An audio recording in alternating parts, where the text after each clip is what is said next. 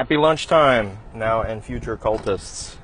I hope I'm putting this one in the right place, unlike I did yesterday. Sorry for that. Welcome to another episode of Eat Me, our daily, or week daily lunchtime tips and tricks for mind control and marketing from the Cult of Copy PR page. If you like today's episode, be sure to click like on the page or click follow on the video if you see that kind of thing, and that will let you know when I post new ones. Or you can just show up here every day, every weekday, not every day, every weekday at noon for another one. Today's episode, we're going to talk about opposition and conflict as something you can use in your marketing and messaging.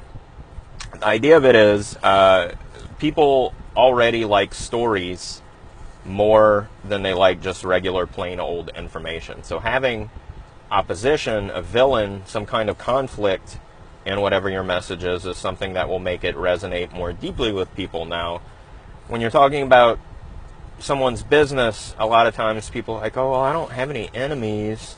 I don't know what to use as a villain. How do I do it? And the idea is when you think about your business and you think about your customers and your clients that you want to help, what is it about your industry that you hate, that you absolutely can't stand? You don't like the people who do it. Something that makes the business bad for everyone. Who is that? What are they doing? Now, you don't have to badmouth people by name. I would suggest that you don't. I'm not a lawyer, so I can't give legal advice.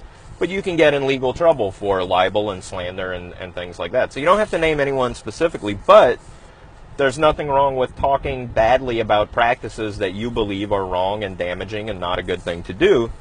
That's one way you can get opposition. Another way is when you have market forces that are not necessarily things that where there's like a committee of evildoers sitting down planning, like the what do they call them, the Legion of Doom, plotting against your clients and customers, but you can personify larger market forces and make them into a bad guy. So, for example, in the SEO world for search engine optimization, who a lot of people I know were into as a job, like Google and Microsoft for Bing, and even Yahoo at some point, were all sort of painted as like they hate small businesses. They don't want you to get rankings. We help you use loopholes and tricks to go against them. Now, it's not like anybody at Google was sitting there like, I don't like small businesses.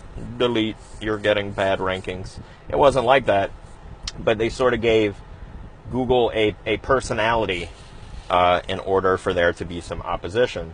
So that's another way you can do it, in addition to just sort of picking practices that you think are bad.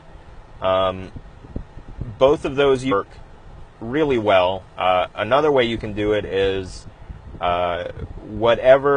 if your business fits this template and you want to make waves and you're sort of like an underdog coming into a field with a lot of competition or saturation, another thing you can do is whatever the status quo is in your market, whatever the standard is, whatever the old chestnuts, you want to take those and sort of turn them on their ear and give people a good reason to do the opposite.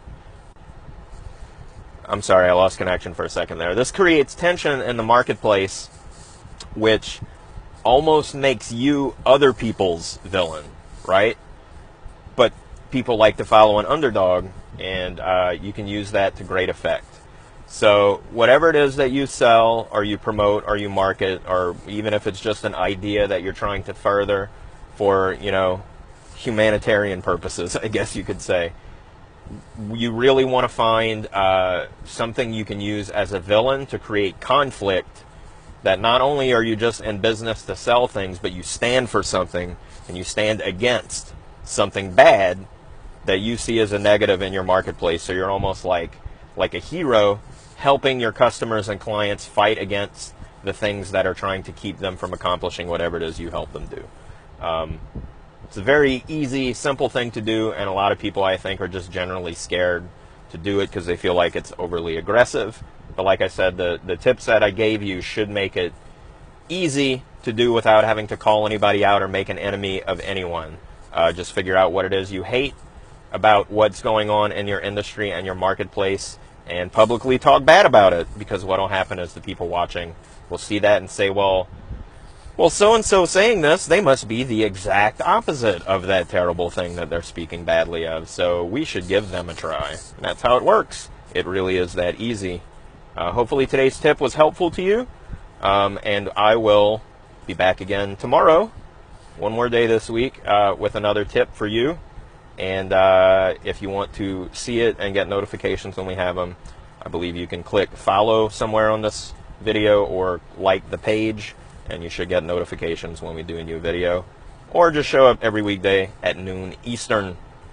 Also, by the way, since it's a live show, if you felt like it, you could leave a comment or ask questions, and I try to get to them before the end of the show.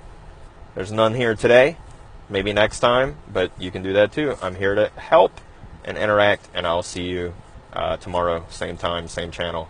Adios, muchachos.